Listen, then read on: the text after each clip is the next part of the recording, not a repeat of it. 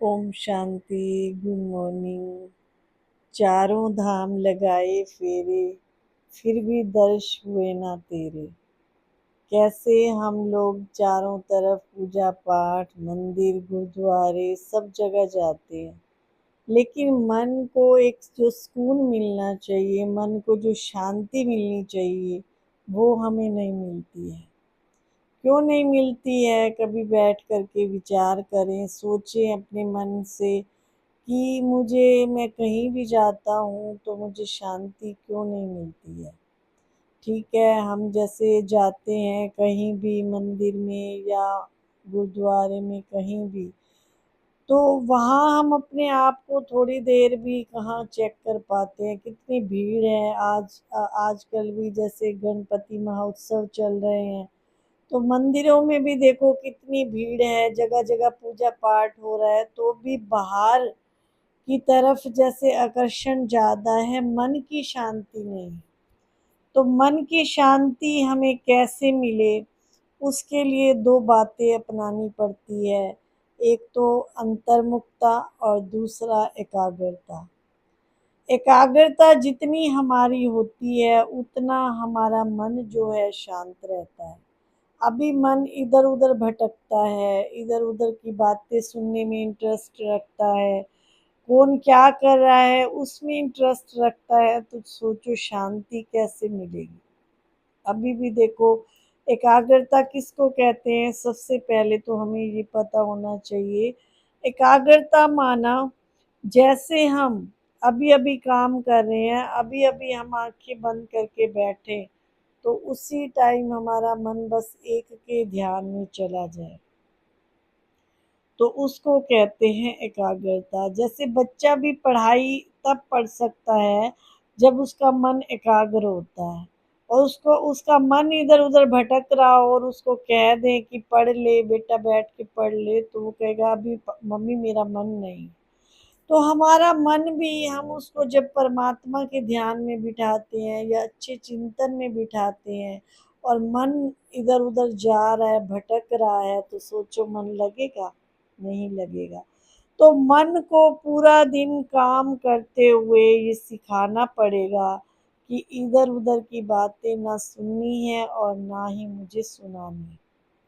बहुत ज़्यादा इंटरेस्ट रखते हैं आजकल दुनिया में कि हम इधर उधर की बातें सुने, तेरी मेरी की सुने, तो उनको जैसे अच्छा लगता है। तो सोचो मन कैसे एकाग्र होगा। और एकाग्रता तब आती है जब हम बाहर की बातों में ज़्यादा ध्यान नहीं देते हैं, काम करते हुए भी हम अपना मन उस ईश्वर में लगाते हैं, तो हमारे मन को जो है एक तरह से शांति मिलती है। अभी मन कहाँ एकाग्र है। कईयों का तो इतना अटैचमेंट है, अपने रूम से भी इतनी अटैचमेंट होती है, कहते हैं कि मेरे को इस रूम के बिना और कहीं नींद भी नहीं आती। तो उस चीज़ से भी, कई चीज़ों से हमको जो है ना लगाव हटाना होता है, तब मन मतलब जैसे एकाग्र होना सीखता है। किसी भी चीज़ में हमारा मन, मान लो आप सोचो कि मैं काम छोड़ करके थोड़ी देर बैठ जाऊं परमात्मा का ध्यान करने, तो भी नहीं मन लगेगा। काम को अच्छे से समेट लें। जैसे कहीं जाते हैं तो सोचते हैं ना, जा रहे हैं तो सब कुछ समेट के जाएं, 4-5 दिन के लिए जा रहे हैं, तो कई क्या करते हैं, काम छोड़ करके पहले बैठे रहते हैं और फिर जो है एकदम से कहते हैं चलो अब मैं पूजा पाठ कर लेता हूँ और काम पड़ा है। तो बुद्धि किस में जा रही है? काम में जा रही है। परमात्मा कहते कर्म योग, कर्म योगी बन जाओ। कर्म करते हुए भी आपको परमात्मा की याद रहनी चाहिए। ऐसे नहीं कि आप काम छोड़ करके भगवान का ध्यान करने बैठे। काम करते हुए खाना खाने बैठ रहे हैं तो भगवान को बुलाओ कि आज जो बाबा मेरे साथ खाना खा लो।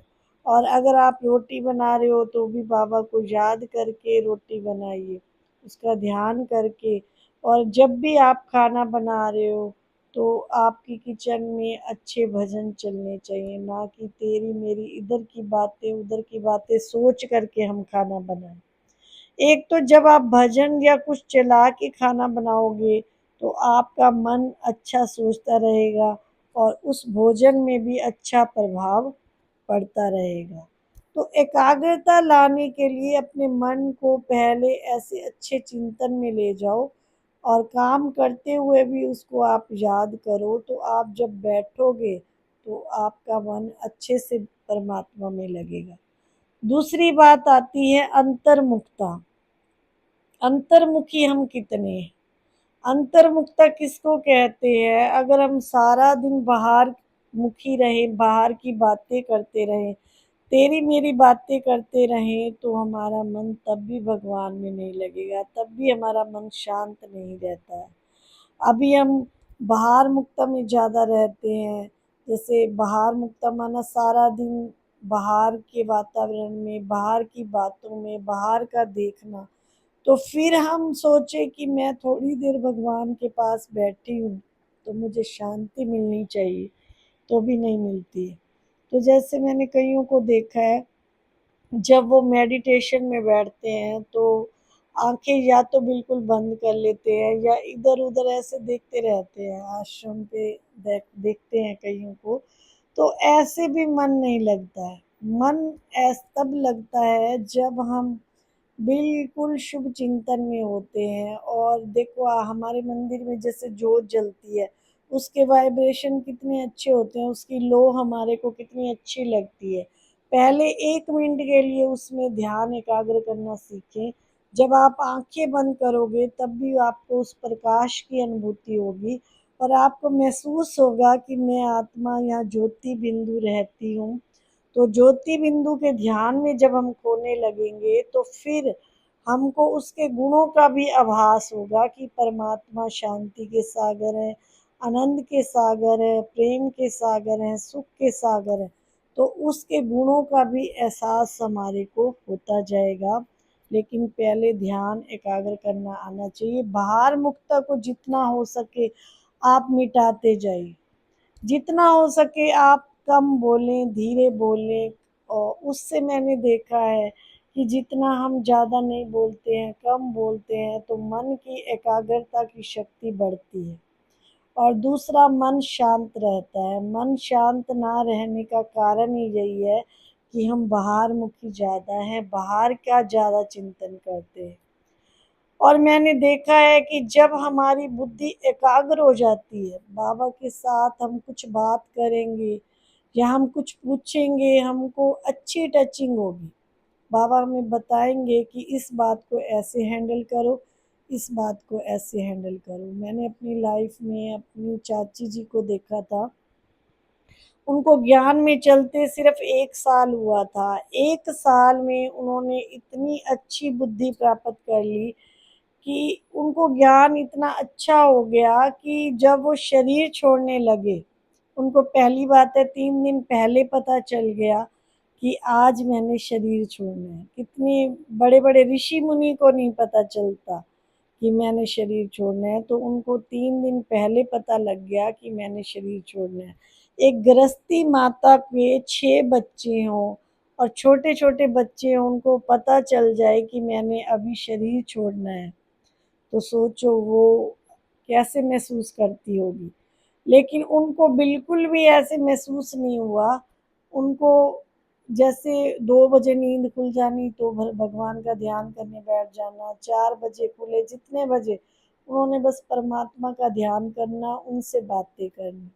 तो जिस दिन उनकी अंत घड़ी थी, तो उन्होंने अपने सबसे ज़्यादा लेडीज़ का मोह जो है अपने पति या बच्चों में होता है, अपने पति को काम पे भेज दिया कि आप चले जाइए, मैं ठीक हूँ। बीमार थोड़े रहते थे काफ़ी दिनों से।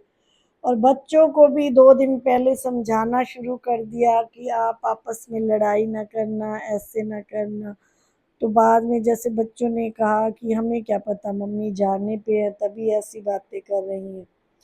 तो उन्होंने सारे परिवार को बुला करके इकट्ठा कर लिया और कहा कि देखो भगवान मुझे अभी लेने आएंगे। मैं तो आप खुद हैरान थी।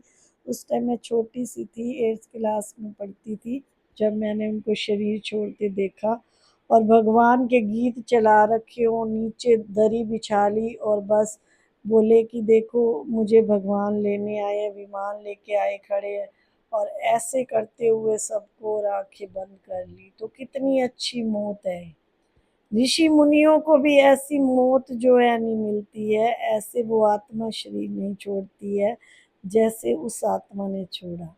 तो ये सब होता है जब हमारी बुद्धि एकाग्र हो जाती है, मन अंतर्मुखता की ओर हो जाता है, मन शांति का अनुभव करता है, फिर परमात्मा से हमारी बातें होती हैं।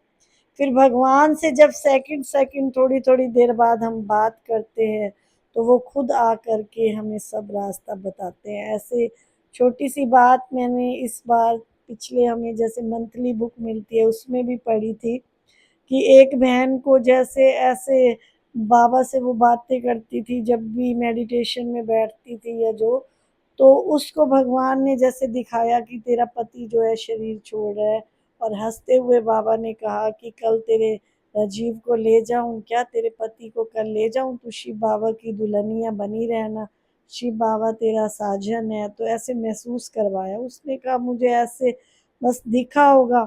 तो थोड़ी देर बाद जो है वो बहन जो है अगले दिन जैसे बाबा ने कहा था कल शाम को मैं तेरे पति को लेने आऊँगा, तो शाम को अपने पति को चाय बना के देती है, और चाय बना के उसके दी, और उसके पति ने जैसे पी और बैठे थे चेयर पे, फिर बाद में गई, बोली देखती हूँ चाय पी ली, थोड़ा सा सामान मंगवाती हूँ, हिलाया तो वो थे ही नहीं, ऐसे के ऐसे बैठे हैं। तो भगवान से जब बातें होती है, नज़ारा तो भगवान दिखाते ही हैं, ऐसी बात नहीं है। फिर जो है फिर वो सोचने लगी कि मुझे कल बाबा ने जैसे एकदम से बताया और मैंने सोचा ऐसे ही दिखाई दिया, तो एकदम से वहाँ सुनी की सुनी हुई, फिर बाबा से उसने बात की, बाबा ये, फिर भगवान ने भी उसको कहा कि मैंने तुझे कहा था ना कि अब तू मेरी सजनिया बन के रहना। उसका टाइटल भी यही था कि भगवान ने बनाया अपनी दुल्हन। तो भगवान हमको दिखाते हैं, लेकिन उसको देखने की, उसको सुनने की, उसको समाने की हमारे अंदर शक्ति होनी चाहिए। तब भगवान ऐसे ऐसे नज़ारे दिखाते हैं जो आत्माएं बिल्कुल अपने मन को एकाग्र कर लेती हैं, बाहर की तरफ अपना ध्यान नहीं रखती हैं। तो ऐसी आत्माओं को ऐसे ऐसे नज़ारे अनुभव होते हैं। तो शांति का अनुभव करना है तो विशेष ये दो बातों पे ध्यान दें, अपने मन को एकाग्र करना सीखें और अंतर्मुखता में रहें। जितना हम अपना मन अंदर की तरफ कर लेंगे तो बाहर के नज़ारों से अपने आप ही वैराग आता जाएगा। ओम शांति।